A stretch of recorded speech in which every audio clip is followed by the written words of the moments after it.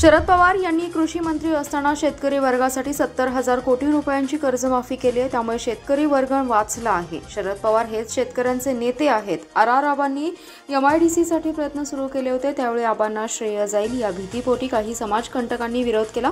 सध्या आम्ही MIDC मंजूर करून आणली आहे। MIDC साठी लागणाऱ्या पाण्याचे आरक्षण मंजूर केले। आता शरद पवार यांच्या सहकार्याने मोठ्या कंपन्या आणण्यात येणार असल्याची ग्वाही युवा नेते रोहित पाटील यांनी दिली।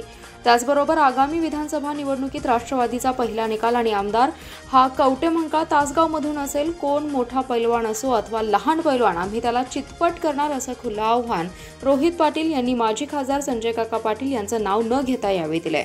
दरम्यान पुणे बेंगलोर राष्ट्रीय महामार्ग आहे, सध्या ग्रीनफील्ड राज्यमार्ग होतोय।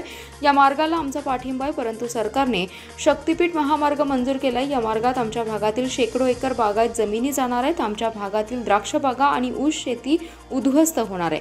शेतकरी अडचणीत सापडणार आहे। शक्तीपीठ महामार्गाची गरज नाही, आमचा शक्तीपीठ महामार्गाला खुला विरोध असल्याचा गंभीर इशारा युवा नेते रोहित दादा पाटील यांनी दिलाय।